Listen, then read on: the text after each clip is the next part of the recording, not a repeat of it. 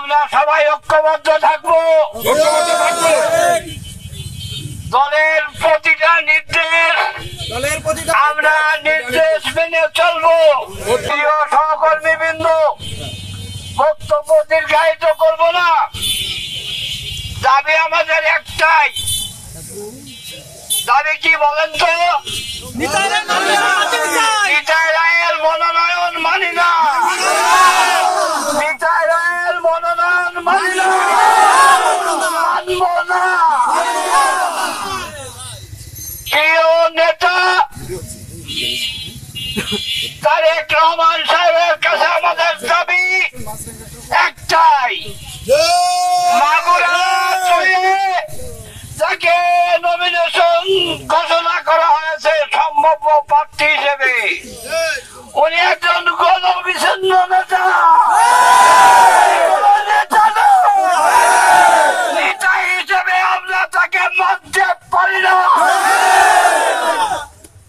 সে শহীদ জিয়ার আদর্শ ধারণ করে না। সে এখনো পর্যন্ত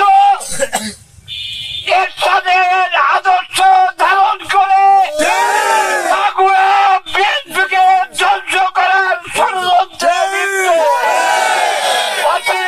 এই সম্ভাব্য পত্রিকার তালিকা ঘোষণা থেকে পাঠিয়ে আমাদের মাগুরার সব থেকে জনপ্রিয় জননেতা জনাব আলহাজ কাজী সালিমুল হকের নাম ঘোষণা করতে হবে।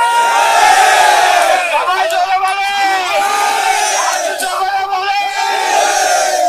শালিখার মাটি, শালিখার মাটি,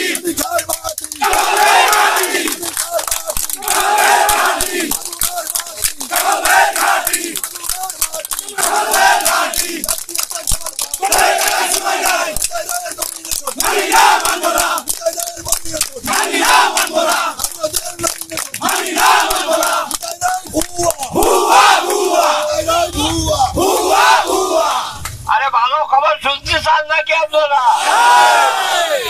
আরে তো উঁচু করে না। 17 তারিখে প্রজ্ঞা বাসা জানেন নাকি আপনারা? সবাই যাবেন? ভালো খবর শুনতে হলে আর পাড়ার মাঠে উপস্থিত হয়ে যেতে হবে। ইনশাআল্লাহ ওই দিন ভালো খবরের ঘোষণা হবে।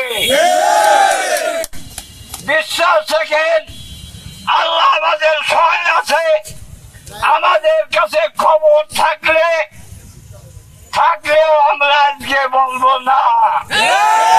আমাদের প্রিয় নেতা কাজী কামাল আইডিয়াল স্কুল মাঠে লাখো জনতার উপস্থিতিতে তার মুখ থেকে ইনশাআল্লাহ আপনারা ঘটনা শুনতে পারবেন।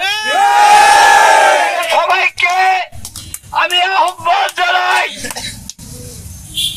ওই দিন আপনারা সবাই যাবেন।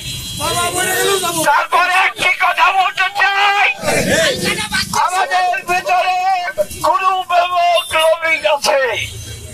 নিতাই বাবুর সম্ভাব্য প্রার্থিতা ঘোষণার সাথে সাথে নিতাই বাবুর সঙ্গে যারা আছে তারা অনেক জায়গায় অনেক বাড়াবাড়ি করছে।